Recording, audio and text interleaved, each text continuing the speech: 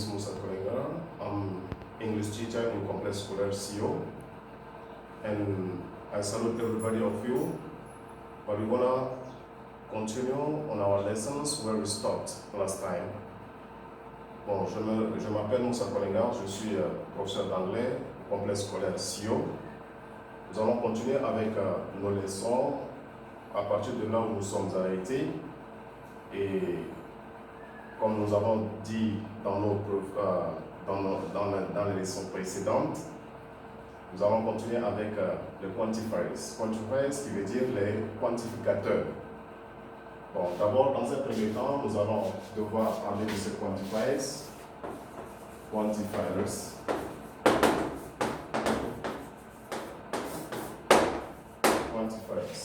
Quantifiers qui signifie ici quantificateur en français.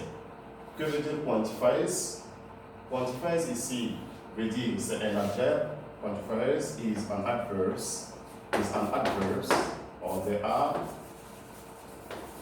adverbs or adjectival phrases. Adjectival phrases that also to quantify.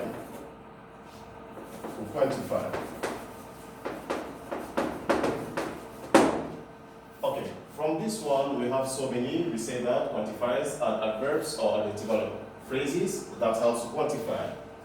So we have so many quantifiers. We have the graded quantifiers.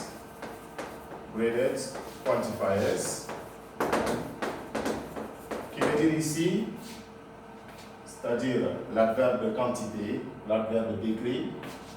We have here the second, we have enough, qui signifie ici assez, ou bien beaucoup. Okay. For the graded quantifiers, we have the increase and we have a decrease. The increase is from the 100% to 0%. It means decrease, c'est-à-dire ça augmente.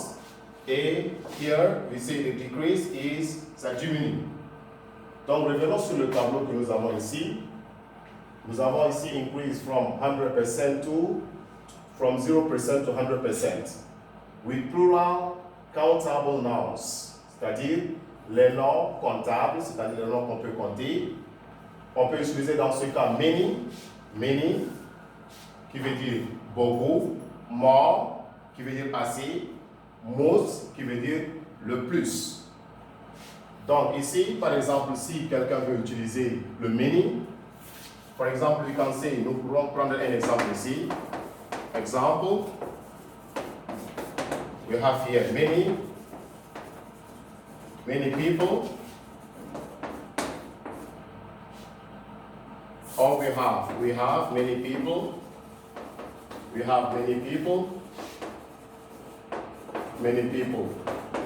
in Nigeria,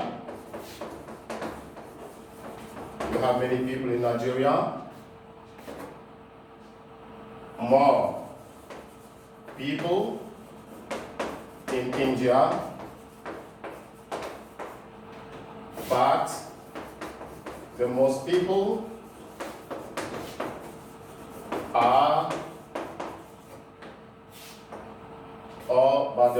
live in China. Yes, live in China. Bon, nous avons ici many, nous avons ici more, et nous avons ici most. Dans cet exemple, si nous voulons traduire cet exemple, we have many people in Nigeria, c'est-à-dire nous avons beaucoup de gens au Nigeria, plus des gens en Inde, mais la plupart des gens vivent en Chine. Donc ici, dans ce cas, many, qui veut dire beaucoup, more, qui peut signifier ici assez, ici, ça veut dire le plus, the most. Donc dans ce cas, si vous voyez bien, nous avons many, qui veut dire assez et beaucoup, more, qui veut dire assez, c'est-à-dire le many est plus, le more est plus beaucoup que many et le most est plus beaucoup que le 2. Donc dans ce cas, ça commence de 0 à, c'est un pourcentage qui augmente. Donc dans ce contexte, nous avons many, nous avons more et nous avons most. Nous revenons sur le deuxième. Ça c'est pour les noms au pluriel qu'on peut compter. Mais par contre, pour les noms qu'on ne peut pas compter, c'est-à-dire les choses qu'on ne peut pas compter, telles que l'argent peut être l'argent de valeur, mais il est aussi dans la catégorie des noms qu'on ne peut pas compter. Bon, par exemple, on ne peut pas dire, par exemple, how many money do you have? Non, ça ne se dit pas. Donc, dans ce cas, le many n'a pas sa place ici. Pourquoi? Parce que money, on suppose que money qui signifie l'argent, est aussi dans la catégorie des noms incomptables, c'est-à-dire des noms qu'on ne peut pas compter. Donc, au lieu de dire how many money, le mieux c'est de dire how much money do you have. Donc, dans ce contexte, pour les noms incomptables, nous utilisons plutôt le much au lieu d'utiliser many. Donc, au lieu qu'on utilise how many money, le mieux c'est de dire how much money. Voilà. Donc ici, par exemple, le more, c'est aussi un degré qui est un peu élevé. Par exemple, tu peux dire à quelqu'un, I have got more money than I expected. Donc ici, si on veut traduire ce mot, I have got more money than I expected, ce qui veut dire ici, j'ai eu, ou bien j'ai trouvé beaucoup d'argent que ce que j'attendais. Donc ici, le more peut être aussi utilisé pour le nom incomptable. Mais la seule différence est que le money et le much ne peuvent pas être utilisés à la fois. C'est-à-dire qu'on ne peut pas les utiliser pour le money est utilisé uniquement pour les noms comptables et par contre le much est utilisé pour les noms incomptables. Voilà. Donc dans ce cas, nous sommes dans le cadre de l'augmentation, c'est-à-dire de 0% à 100%. Bon, nous revenons encore pour c'est-à-dire pour ça c'est l'augmentation et ça c'est la diminution. Donc c'est-à-dire à partir de 100% jusqu'à 0%. Pour les noms au pluriel. Donc pour ce faire, dans ce cas, pour les noms qu'on peut compter, on peut utiliser par exemple le mot few. Nous pouvons utiliser aussi fewer et nous pouvons utiliser ici aussi fewest. Comme ce que nous avons vu, il a aussi la valeur un peu du comparatif et du superlatif. Donc ici, le mot few qui veut dire peu. Ici, nous avons ici un peu. Et ici encore, c'est moins. Voilà.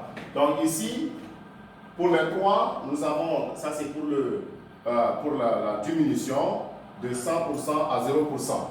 Par exemple, nous pouvons dire ici, few students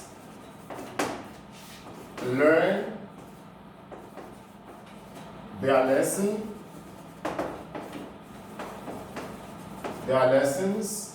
nowadays.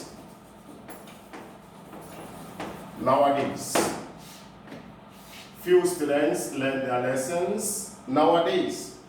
Donc ici le few qui signifie ici peu d'élèves étudient leurs leçons de nos jours. Ou bien de nos jours, peu d'élèves lisent leurs leçons. Voilà, donc ici dans ce cas le few qu'on avait dit tantôt, qui veut dire peu, ce few est utilisé uniquement pour les noms qu'on peut compter, pour les noms comptables bien sûr. Donc ici, peu d'élèves étudient leurs leçons de nos jours.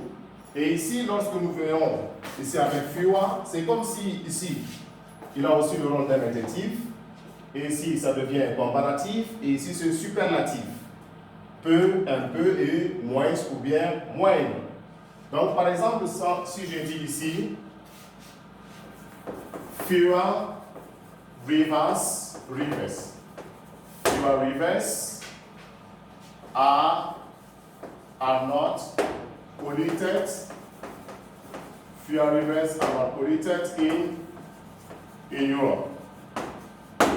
Voilà, fewer rivers are not polluted in Europe. Ce qui veut dire ici, nous avons notre fewer, ça veut dire peu de rivières ou bien peu de fleuves ne sont pas pollués en Europe. Donc dans ce cas de fewer ici, ça veut dire que il y a par exemple, prenons l'exemple, il y a par exemple 15 fleuves en Europe. Juste un exemple, à titre d'exemple, il y a 15 fleuves, oui, en Europe. Et parmi les 15 fleuves, il y a par exemple 14 ou bien 13 qui ne sont pas pollués. Donc dans ce cas, c'est pour dire que le nombre augmente un peu, le nombre de pollution est un peu élevé par rapport à celui-ci. Ok. Donc ça c'est pour les pluriels des noms comptables, c'est-à-dire les noms qu'on peut compter. Maintenant, nous revenons ici with plural uncountable nouns. Sorry, c'est uncountable nouns. C'est-à-dire les pluriels de noms qu'on ne peut pas compter. Par exemple, ici, on dit give me little water. Ici, le little peut signifier aussi, ça veut dire aussi peu. Ici, c'est un peu. Ici, c'est encore moins, plus peu que l'autre. Donc, ici, quand je dis give me little water, water ici qui signifie de l'eau, et certainement l'eau aussi est classée parmi les noms incomptables. Donc, on ne peut pas dire give me few water, mais plutôt give me little water, c'est-à-dire donne-moi peu de l'eau à boire. Voilà. Donc, le little peut être utilisé pour les noms incomptables. Pour les noms incomptables, bien sûr. Voilà. Donc, maintenant, nous avons aussi ce qu'on appelle, je vais effacer cette partie.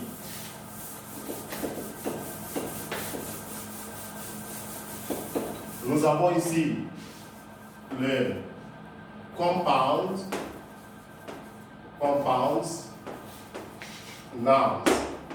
that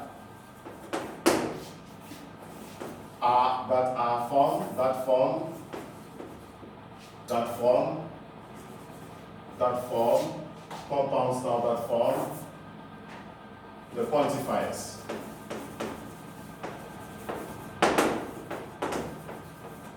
Comme nous avons dit ici, les compounds qui veut dire les noms composés. Les noms composés, ce sont les noms qui sont composés de deux mots différents, c'est-à-dire deux mots différents, qu'on les met ensemble pour former un seul nom. Dans ce cas, nous avons les mots tels que, nous avons some, nous avons any, et nous avons no. Some, any, et puis nous avons no. Dans le some, nous avons aussi le mot tel que, nous avons thing, nous avons body, nous avons one, et nous avons en dernière position, nous avons body, nous avons where. Voilà. Voilà. Some qui signifie aussi peu, ça peut signifier certain. Any qui veut dire rien, no qui aussi signifie rien. Par exemple, ici, lorsque nous prenons ce nom, something. Le some, on ajoute avec thing, ça donne quelque chose, something. Nous prenons encore le même some, on ajoute avec body. Somebody, qui veut dire quelqu'un. Nous avons aussi some. On ajoute avec one, qui veut dire someone. Nous avons ici aussi some, qu'on peut ajouter avec where, qui va donner ici somewhere. Something, somebody, someone, somewhere. Somewhere qui signifie ici quelque part. Revenons encore avec any. Nous prenons any, nous ajoutons avec thing. Anything. Anything, ça veut dire rien du tout. Nous avons anybody. Anybody, ça peut signifier ici n'importe qui. Nous avons ici anyone, qui signifie aussi n'importe qui. Nous avons ici anywhere, qui peut aussi nous donner anywhere, qui peut dire aussi n'importe où. Nous avons ici nothing avec nous. Nothing qui veut dire rien du tout. Nothing. For example, like I say, what do you do? Nothing. Que fais-tu? Je ne fais rien. So ici, nobody. Nobody ici, qui signifie aussi personne. Personne. Who are you talking to? Or who are you speaking with? Nothing. Nobody. C'est-à-dire, à qui parles-tu? Par la personne. Nous avons aussi no one. No one. No one, qui signifie aussi personne. Personne, ici, nous avons ici nowhere. Nowhere, ici, qui signifie nulle part. Ceci, on l'appelle les compound nouns, c'est-à-dire à partir de ce quantifiers, nous pouvons aussi avoir formé des noms compound, et parmi ces noms compound, les plus utilisés sont ceux dont nous avons illustré tout à l'heure. Voilà en quelque sorte le résumé de notre cours, puis je vous remercie.